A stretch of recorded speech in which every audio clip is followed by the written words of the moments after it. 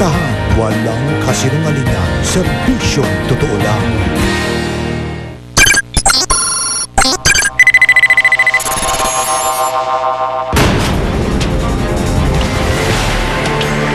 Isang bar sa lungsod ng Manila ang naluklok sa trono dahil sa kanyang misteryosong katangian. May mag-guide sa'yo sa taas, doon mo nalang malalaman na yung kasulok-sulukan pala sa taas, andun na yung mga lalaking nakahubad na naglalakad sa harapan mo. Pwede mong hawakan, pwede mong Oh, matawag po. Ay, tumatawag. Walang intervention nyo? Wala din, violation ha? Wala ka naman. Roses are red, violets are blue. Sugar is sweet, mapait. Dahil ang paborito nyong candy, pwedeng maging kadiri. Wala silang guwantes habang nagpipilot ng pastillas o yeman. Wala silang suot na guwantes. Walang hugas-hugas, kaya madumi yung yung kasi kung saan humahawak eh. Walang working permit. Una-una, dapat may mga health certificate nyo. Dapat may business permit. Lalaki ng kuko nyo. Hindi daw, dikit mo. Madumi man eh. Sa oras ng kagipitan, may isang lang makakapitan. Pero ang prenda o pampondo sa utang, hindi na lang daw mamahaling gamit. Tinatanggap na rin daw pati paslit. Wala po sana ko eh. Magandang gabi po, ako si Mike Enriquez at ito ang investigador sa programang ito, ang mga abusado at ang mga maloloko. Hindi natin tatantanan.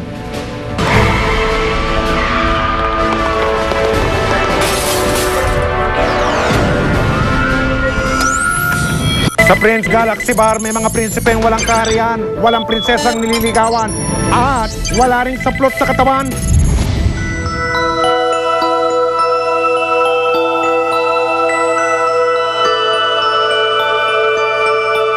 Once upon a time, excuse me po,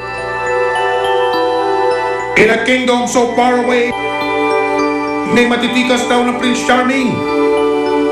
Walang pinipiling panauhin. Wala daw sagabal na mga kawal. Kahit pa ang mga prinsipe, wala ring salawal. Nagsilbing mensahero ang aming informante nang ikwento niya ang lihim na mahiwagang bahay aliwan. Iba't ibang kahalayan daw ang nagahari rito kaya dinarayo ng mga parokyano. matutungayan mo yung palabas na talagang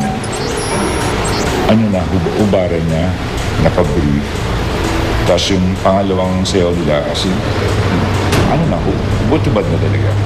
At hindi lang yun, pag-alagala sila na walang saplot, walang maliit na underwear. At bago raw namin marating ang nakatabong kaharian, may mga pagsubok munang dapat pagdaanan. Makikita mo yung signs na kung saan nangingilang ka. Dahil sa susunod nito, may makikita kang pintuan na kung saan hagdan na parang akala ko punta lang sa apartment. At ang pangalawa, ang bugaw na kung saan siya mag-guide sa'yo pakyat sa taas. Agad kaming naglakbay patungo sa kaharian Bahay Aliwan. Matagumpay namin natagpuan ang unang palatandaan. May kalumaan ng gusali at tila nababalot ito ng hiwaga. Sobrang nakakalito ang pagpunta rito dahil sobrang tagong-tago siya. Ang signage niya nasa harap pero ang pintuan nasa gilid. Pero dahil sa may mag-guide sa'yo sa taas, doon mo nalang malalaman na yung kasulok-sulukan pala sa taas, andun na yung mga lalaking nakahubad na naglalakad sa harapan mo.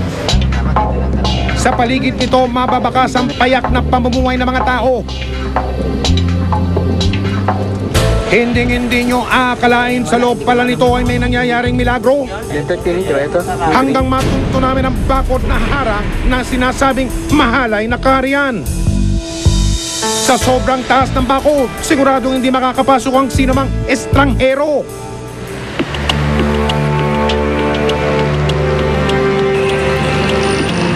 Pagkagat ng dilim sa wakas ay nakapasok na kami sa sinasabing mahiwagang kaharian.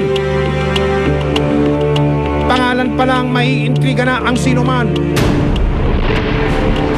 Welcome to Prince Galaxy Bar. Madilim at masikip ang loob ng bar pero walang kontrabidang mga kawal. Ang sumalubong sa aming asset, mga prinsipeng walang salawal. Tila may kanya-kanyang mundo naman ang mga parokyano. Mukhang ayaw nilang magpaistorbo. Hanggang sa isang prinsipe ang lumapit sa aming asset at tila walang kabog-kabog na nag-sales talk.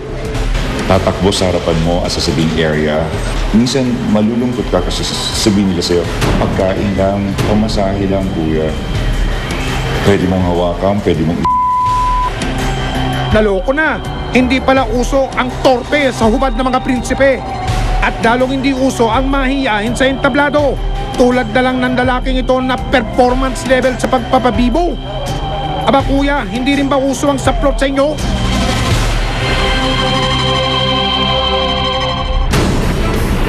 Matapos naming masaksiyan ang mga milagro sa Bahay Aliwan, nag-storytelling na rin kami sa Manila City Hall Public Assistance o MCHAPA.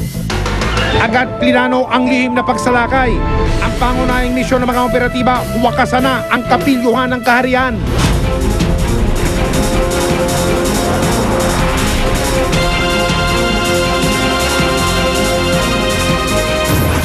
Susunod, Oh, matatakbo. Ay, tumatawag, tumatawag.